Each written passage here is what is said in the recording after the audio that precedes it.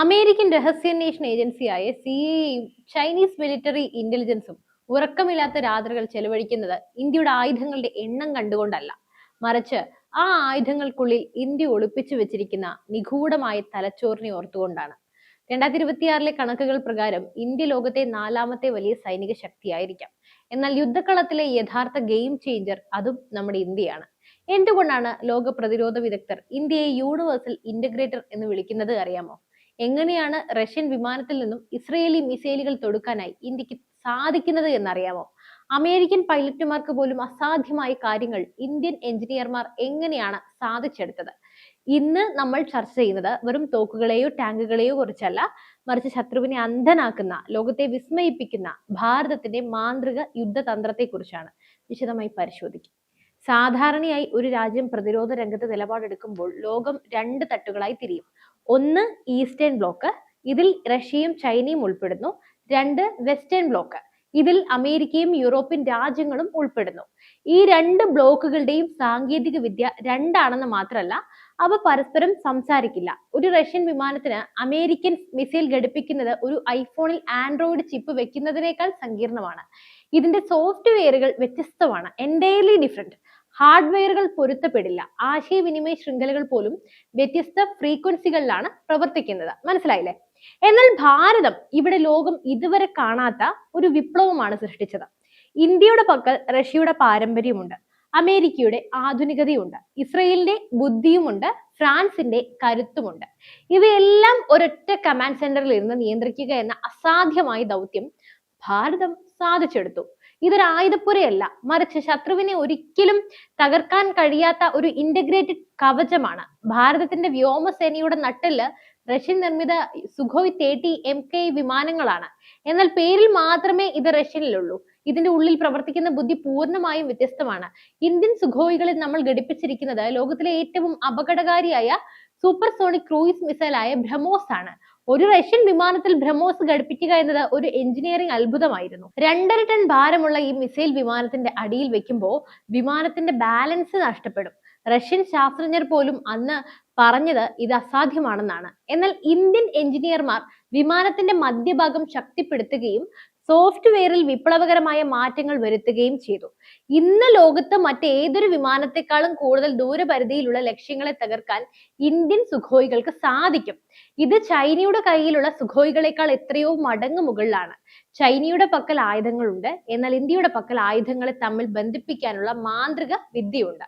ബാലാക്കോട്ട് ആക്രമണം വെറും ഒരു മിന്നലാക്രമണം മാത്രമായിരുന്നില്ല, അത് ഇന്ത്യയുടെ ഹൈബ്രിഡ് കരുത്തിന്റെ പരീക്ഷണശാലയായിരുന്നു. അതുപോലെ തന്നെയാണ് ഓപ്പറേഷൻ സിന്ദൂറും. അന്ന് നമ്മൾ ഉപയോഗിച്ചത് ഫ്രഞ്ച് നിർമ്മിത മിറാഷ് 2000 വിമാനങ്ങളായിരുന്നു. എന്നാൽ ആ വിമാനങ്ങൾ വഹിച്ചത് ഇസ്രയേലിന്റെ സ്പൈസ് 2000 സ്മാർട്ട് ബോംബുകളായിരുന്നു. ഇതൊന്ന് ആലോചിച്ച് നോക്കൂ. ഫ്രഞ്ച് വിമാനം, ഇസ്രയേലി ബോംബ്, ഇന്ത്യൻ പൈലറ്റ്. ഈ ഒരു കോമ്പിനേഷൻ പാകിസ്ഥാൻ പ്രതീക്ഷിച്ചിരുന്നില്ല. പാക് സൈന്യം അവരുടെ റഡാറുകൾ ട്യൂൺ ചെയ്തിരുന്നത് ഇന്ത്യയുടെ റഷ്യൻ മിസൈലുകളെ നേരിടാനായിരുന്നു. എന്നാൽ ഇന്ത്യ ഉപയോഗിച്ചതാകട്ടെ തികച്ചും വ്യത്യസ്തമായിട്ടുള്ള ഒരു വിദേശ സാങ്കേതിക വിദ്യയാണ്. ശത്രുവിന്റെ കണക്ക് കൂട്ടലുകൾ തെറ്റിക്കാൻ ഇന്ത്യക്ക് കഴിയുന്നത് നമ്മൾ ഈ രീതിയിൽ ആയുധങ്ങളെ കൂട്ടിച്ചേർക്കുന്നത് കൊണ്ടാണ്. ഒരു വിമാനത്തിൽ നിന്ന് ബോംബിടുമ്പോൾ അത് ഒരു കെട്ടിടത്തിന്റെ കൃത്യമായ ജനലിലൂടെ അകത്തേക്ക് കടക്കണമെങ്കിൽ അതിന് പിന്നിൽ പ്രവർത്തിക്കുന്ന സോഫ്റ്റ്വെയർ അങ്ങേയറ്റം കൃത്യതയുള്ളതായിരിക്കണം. ഇന്ത്യ ആ സോഫ്റ്റ്വെയറുകൾ സ്വന്തമായി വികസിപ്പിച്ചു. ഇത് ലോകത്തെ വമ്പൻ രാജ്യങ്ങളെ പോലും അമ്പരപ്പിച്ചു. യുദ്ധകളത്തിൽ ആദ്യം കാണുന്നവൻ ആദ്യം ജയിക്കും. ഇതിനായി ഇന്ത്യ ഉപയോഗിക്കുന്നത് AWACS അഥവാ airborne warning and control system ആണ്.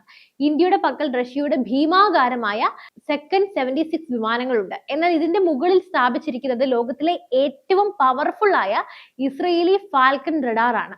റഷ്യയുടെ കരുത്തും ഇസ്രയേലിന്റെ ചാര കണ്ണുകളും ഒത്തുചേരുമ്പോൾ പാകിസ്ഥാന്റെയും ചൈനയുടെയും 100 കണക്കിന് കിലോമീറ്റർ ഉള്ളിലെ നീക്കങ്ങൾ നമുക്ക് തത്സമയം നിരീക്ഷിക്കാനായി സാധിക്കുന്നു. പാകിസ്ഥാൻ ഉപയോഗിക്കുന്ന സ്വീഡിഷ് എറിക് സിസ്റ്റങ്ങളെക്കാൾ എത്രയോ മടങ്ങ് ശേഷിയുണ്ട് ഇന്ത്യയുടെ ഈ ഹൈബ്രിഡ് സംവിധാനത്തിന്. ഇന്ത്യയുടെ ഈ ചാര കണ്ണുകൾക്ക് മുന്നിൽ നിന്നും ഒളിച്ചു നിൽക്കാൻ ശത്രുവിന്റെ ഒരൊറ്റ വിമാനത്തിനും കഴിയില്ല. റഷ്യൻ നിർമ്മിത S-400 മിസൈൽ പ്രതിരോധ സംവിധാനം ലോകത്തിലെ ഏറ്റവും മികച്ചതാണെന്ന് നമുക്കറിയാം. ചൈനയും ഇത് റഷ്യയിൽ നിന്ന് വാങ്ങിയിട്ടുണ്ട്. എന്നാൽ ഇന്ത്യയുടെ S-400 ചൈനയുടേതിനേക്കാൾ അപകടകാരിയാണ്. എന്തുകൊണ്ട്? ഇന്ത്യയുടെ S-400 ഒരു സ്റ്റാൻഡ് അലോൺ സിസ്റ്റം അല്ല. അത് ഇന്ത്യയുടെ IACCS അഥവാ integrated air command and control സിസ്റ്റമായി ബന്ധിപ്പിച്ചിരിക്കുന്നു. ഇതിന്റെ അർത്ഥം ഇന്ത്യയുടെ കയ്യിലുള്ള ഇസ്രയേലി റഡാറോ അമേരിക്കൻ സെൻസറോ ഒരു ശത്രു വിമാനത്തെ കണ്ടാൽ ആ വിവരം ഉടനടി S-400ലേക്ക് എത്തും. റഷ്യൻ മിസൈൽ ഇസ്രയേലി റഡാറിന്റെ സഹായത്തോടെ ശത്രുവിനെ തകർക്കും. ഇതൊന്നും കൂടാതെ ഇന്ത്യ ഇതിൽ സ്വന്തമായി വികസിപ്പിച്ച IFF Mark 7 എന്ന രഹസ്യ ഉപകരണം ഘടിപ്പിച്ചിട്ടുണ്ട്. ഇത് നമ്മുടെ സ്വന്തം വിമാനങ്ങളെ തിരിച്ചറിയാനും അബദ്ധത്തിൽ വെടിവെക്കാതിരിക്കാനും സഹായിക്കുന്നു. ചൈനയ്ക്ക് ഒരിക്കലും ലഭിക്കാത്ത പാശ്ചാത്യ സാങ്കേതിക വിദ്യകൾ ഇന്ത്യക്ക് ലഭ്യമാണ്. ഈ ഒരു പ്രത്യേക ആനുകൂല്യം ഇന്ത്യയെ ഏഷ്യയിലെ അജയ്യമായ ശക്തിയാക്കി മാറ്റുന്നു. ഈ ആയുധങ്ങളെല്ലാം എങ്ങനെയാണ് ഒരേ സ്ക്രീനിൽ കാണുന്നത്? ഇതിന്റെ പിന്നിലെ മാന്ത്രികൻ ഇന്ത്യ വികസിപ്പിച്ചെടുത്ത IACCS ആണ്. ഇതൊരു ഭീമാകാരമായ സോഫ്റ്റ്വെയർ നെറ്റ്വർക്ക് ആണ്. കരസേനയുടെ ടാങ്കുകൾ, നാവികസേനയുടെ യുദ്ധക്കപ്പലുകൾ, വായുസേനയുടെ ജെറ്റ് വിമാനങ്ങൾ എന്നിവയിൽ നിന്നുള്ള ആയിരക്കണക്കിന് വിവരങ്ങൾ സെക്കൻഡുകൾക്കുള്ളിൽ ഈ സിസ്റ്റം വിശകലനം ചെയ്യുന്നു. ഒരു ശത്രു മിസൈൽ ഇന്ത്യ ലക്ഷ്യമാക്കി വരുമ്പോൾ ആ മിസൈലിനെ തകർക്കാൻ റഷ്യൻ S-400 വേണോ അതോ ഇന്ത്യൻ നിർമ്മിത ആകാശ് മിസൈൽ വേണോ എന്ന് ഈ ഡിജിറ്റൽ മസ്തിഷ്കം നിമിഷങ്ങൾക്കുള്ളിൽ തീരുമാനിക്കും. ഇന്നത്തെ യുദ്ധം തോക്കുകൾ കൊണ്ടല്ല, മറിച്ച് ഡാറ്റകൾ കൊണ്ട് കൂടിയാണ്. ആരാണോ ഡാറ്റ കൃത്യമായി ഉപയോഗിക്കുന്നത് അവരായിരിക്കും ജയിക്കുക. ഇന്ത്യയിലെ സോഫ്റ്റ്വെയർ എഞ്ചിനീയർമാരുടെ മികവ് പ്രതിരോധ മേഖലയിൽ ഇന്ത്യയെ ഒന്നാമതാക്കുന്നു. ചൈനയും ഇന്ത്യയും തമ്മിലുള്ള പ്രധാന വ്യത്യാസം മനസ്സിലാക്കേണ്ടതുണ്ട്. ചൈനയുടെ തന്ത്രം റിവേഴ്സ് എഞ്ചിനീയറിംഗ് ആണ്. അതായത് റഷ്യയിൽ നിന്നും ഒരു വിമാനം വാങ്ങുക, അത് അഴിച്ച് പരിശോധിച്ച് അതിന്റെ കോപ്പി ഉണ്ടാക്കുക. എന്നാൽ ഇങ്ങനെ ഉണ്ടാക്കുന്ന ആയുധങ്ങൾക്ക് ഒറിജിനലിന്റെ ഗുണം ഉണ്ടാകില്ല. എന്നാൽ ഇന്ത്യ ചെയ്യുന്നത് വ്യത്യസ്തമാണ്. ഇന്ത്യ ലോകത്തെ ഏറ്റവും മികച്ച ആയുധങ്ങൾ പല രാജ്യങ്ങളിൽ നിന്നും വാങ്ങുന്നു. എന്നിട്ട് അവയെ ഇന്ത്യയുടെ സ്വന്തം ആവശ്യങ്ങൾക്കനുസരിച്ച് കസ്റ്റമൈസ് ചെയ്യുന്നു. റഷ്യൻ ആയുധങ്ങളിലെ കുറവുകൾ ഇസ്രയേലി സാങ്കേതിക വിദ്യ വെച്ച് ഇന്ത്യ പരിഹരിക്കുകയാണ്. പാശ്ചാത്യ രാജ്യങ്ങൾ ചൈനയ്ക്ക് മേൽ ഉപരോധം ഏർപ്പെടുത്തിയിട്ടുമുണ്ട്. എന്നാൽ ഇന്ത്യയുമായി അവർക്ക് മികച്ച ബന്ധമാണുള്ളത്. അതുകൊണ്ട് തന്നെ ചൈനയ്ക്ക് സ്വപ്നം പോലും കാണാൻ കഴിയാത്ത സെൻസറുകളും ചിപ്പുകളും ഇന്ത്യയുടെ ആയുധങ്ങളിൽ പ്രവർത്തിക്കുന്നു. ഇന്ത്യയുടെ തദ്ദേശീയ വിമാനവാഹിനി കപ്പലായ INS വിക്രാന്ത് ഒന്ന് നോക്കാം. ഇതിന്റെ ഡിസൈൻ ഇന്ത്യൻ ആണ്. എന്നാൽ ഇതിൽ ഉപയോഗിച്ചിരിക്കുന്ന മിസൈലുകൾ ഇന്ത്യയും ഇസ്രയേലും ചേർന്ന് വികസിപ്പിച്ച ബാരാക് 8 ആണ്. ശത്രുവിന്റെ ഒരു ചെറിയ ഡ്രോൺ പോലും കപ്പലിനെ സമീപിക്കാൻ ഈ മിസൈലുകൾ സമ്മതിക്കില്ല. ഇന്ത്യൻ മഹാസമുദ്രത്തിൽ ചൈനയുടെ കടന്നുകയറ്റം തടയാൻ ഇന്ത്യ ഈ ഹൈബ്രിഡ് കരുത്ത് ഉപയോഗിക്കുകയാണ്. അമേരിക്കയുടെ P-81 പോസ്ഡോൺ വിമാനങ്ങൾ ഇന്ത്യ വാങ്ങിയപ്പോൾ അതിൽ ഇന്ത്യ സ്വന്തം ആശയവിനിമയ സംവിധാനങ്ങളാണ് ഘടിപ്പിച്ചത്. ഇത് അമേരിക്കൻ സംവിധാനത്തെക്കാളൊക്കെ സുരക്ഷിതമാണെന്ന് വിദഗ്ധർ സാക്ഷ്യപ്പെടുത്തുന്നു.